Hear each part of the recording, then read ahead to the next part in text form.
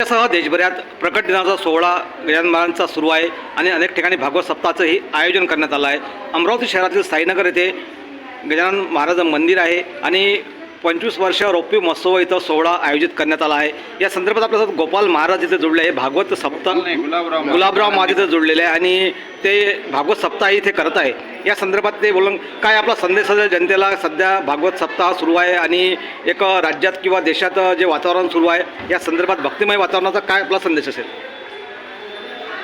सध्याच्या काळाचा विचार जर केला तर परिस्थिती अशी आहे की मनुष्याला सुख शांती समाधान जे आहे ते या भागवत कथा रामकथा सत्संगाच्या माध्यमातूनच प्राप्त होऊ शकतं। अन्यथा इतरत्र आपण पाहतो अतिशय भयंकर अशा प्रकारचा काळ वातावरण असं निर्माण झालेलं आहे। त्याच्यामुळे समाजाला एक योग्य दिशा मिळावी आणि समाजावर बालमनावर तरुणावर चांगले संस्कार व्हावे याकरता सध्याच्या काळामध्ये तरी सत्संगाशिवाय कथेशिवाय पर्याय नाही आहे असं मला वाटतं। आज आपण आपली कथा सुरू असताना काही शब्द भक्तांच्यावर माझ्या कानावर आले, धरती मातेचे पूजन केले पाहिजे, याचा काय संदर्भ? कशाचे? धरती मातेचे पूजन केले पाहिजे या संदर्भात ही आपल्याला धारण करणारी आहे। ही धरती आहे म्हणूनच आपण आपले सगळे व्यवहार करतो, झोपतो, जेवतो, बसतो, उठतो, फिरतो, नवे नवे। तर या धरतीचे एवढे उपकार आहे की तिचे उपकार आपण काहीही केलं तरी आपल्याला फेडता येणार नाही। कारण या धरतीपासून आपल्याला अन्न मिळते, या धरतीपासून आपल्याला औषधी मिळते, या धरतीपासून आपल्याला इमारतीसाठी बांधकामासाठी जे काही झाडं वगैरे उगवतात, लाकडं मिळतात। एवढंच नव्हे तर आरोग्यसुद्धा धरतीपासून आपल्याला प्राप्त होते। आपल्या शहरात संत गजानन महाराज इथं आलेले आहे, आपल्याला माहीत असेल, आणि आपला संदेश काय असेल? भाविक भक्त मोठ्या प्रमाणात आपली कथा इथं ऐकत आहे, काय संदेश तर भाविकांना? आपला संदेश एवढाच असेल की प्रत्येकाने आपल्या धर्माप्रमाणे जीवन जगावं आणि संस्कारित होऊन निर्व्यसनी होऊन, महत्त्वाचं म्हणजे समाज हा निर्व्यसनी होणं गरजेचं आहे।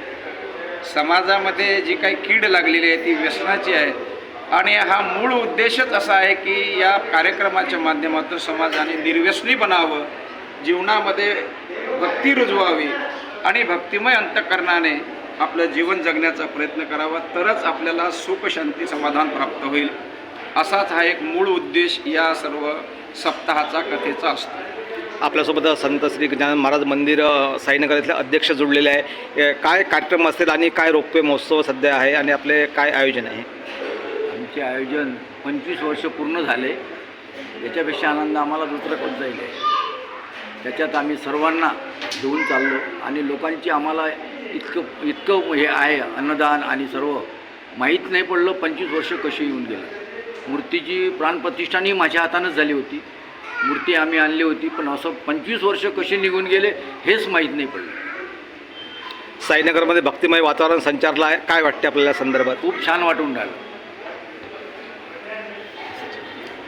आपल्यासोबत इथं भक्तगणही जुळले आहे आणि भाविक भक्त मोठ्या प्रमाणात इथं कथेचा आनंद घेत आहे। महाराजांचा अतिशय चांगल्या पद्धतीनं कथा इथं महाराज ऐकत आहे, काय आपल्याला वाटते कथेसंदर्भात? आपण महाराजांची कथा ऐकत आहोत। महत्त्वाचं म्हणजे आज शहरांमध्ये प्रत्येक लोकॅलिटीमध्ये जे डिस्कनेक्ट आहे की अध्यात्मापासून लोक हळूहळू दूर जात आहेत, तर आमच्या मंदिराचा मला असं वाटतं एक महत्त्वाचा वाटा आहे की लोकांना जवळ आणणे, विविध कार्यक्रमाद्वारे लोकांना मंदिराशी आणि मंदिरात होणाऱ्या विविध उत्सवांशी जुळवून घेणे, हा आमचा मूळ उद्देश आहे। मंदिर स्थापनेला 25 वर्ष झाले, त्यानिमित्त आम्ही हा जो आजचा प्रकट दिनाचा सप्ताह आहे हा मोठ्या प्रमाणावर साजरा करत आहे। श्री विदर्भ रत्न गुलाबरावजी महाराज आळंदीकर यांचं भागवत सप्ताह या कार्यक्रमात आयोजित केला आहे आणि सर्व भाविक खूप छान त्याचा आस्वाद घेत आहे आणि मला नक्की म्हणजे विश्वास आहे की याद्वारे जो संदेश आहे तो जाईल आणि नक्की जनमानसात ते रुजेल, जेणेकरून अध्यात्माकडे ओढा वाढेल लोकांचा। अमरावती शहरातील साईनगर भागात मोठ्या उत्साहात भागवत सप्ताह चालू आहे, धार्मिक वातावरण संचारले आहे, महाराजांचं भागवत संपूर्ण नागरिक येऊन ऐकत आहे, कथा ऐकत आहे आणि विविध कार्यक्रमही आयोजित करण्यात आले आहे आणि महाप्रसादाचा कार्यक्रम आयोजित करण्यात आला आहे। या संदर्भात साईनगर भागात भक्तिमय वातावरण तरी आता सध्या संचारले